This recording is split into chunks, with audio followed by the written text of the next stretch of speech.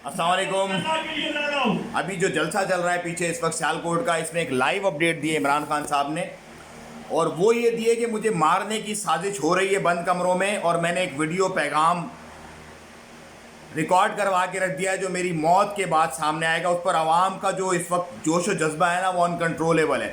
तो इमरान खान को मारने की साजिश हो गई है शुरू। इमरान खान साहब ने अभी जस्ट अभी इस लाइव जलसे में आवाम देखो, आवाम कैसे कैसे कर रही है, आवाम रिएक्ट कैसे कर रही है। साजिश का किरदार था और मेरे मुल्क में बैठ के किसने साजिश की?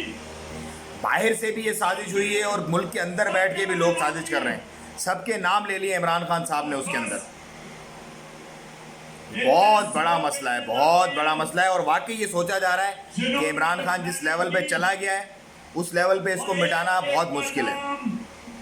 सबके नाम उन्होंने सबके नाम लेके रखे हैं। इन्होंने कैसे पूरी प्लानिंग करके एक बैरूनी मुल्क साजिश, तो बहुत बुरा हो जाएगा, ये तो बहुत बुरा हो जाएगा। अगर ये खुदा ना खास्ता हो जाता है तो पाकिस्तान की सालमियत को बहुत बड़ा खतरा है, क्योंकि ये बेनज़ीर नहीं है, ये बेनज़ीर नहीं है, ये इमरान खान है।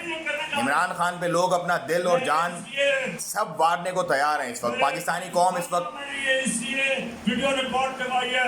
अल्लाह ताला पाकिस्तान की, अल्लाह ताला इमरान खान की हिफाजत करे, इसका साया कानून के नीचे नहीं लाया जाता, सर पे कायम रखे हम लोग। नहीं होता, हमेशा ताकतवर बच जाता है और किसी और के नाम पे जो भी कत्ल होता है। अल्लाह आसानियाँ फरमाए इसके आगे। इसलिए ये वीडियो रिकॉर्ड करवा रहा हूँ, करवा के रखी हुई है, वीडियो रिकॉर्ड करवा के रखी है।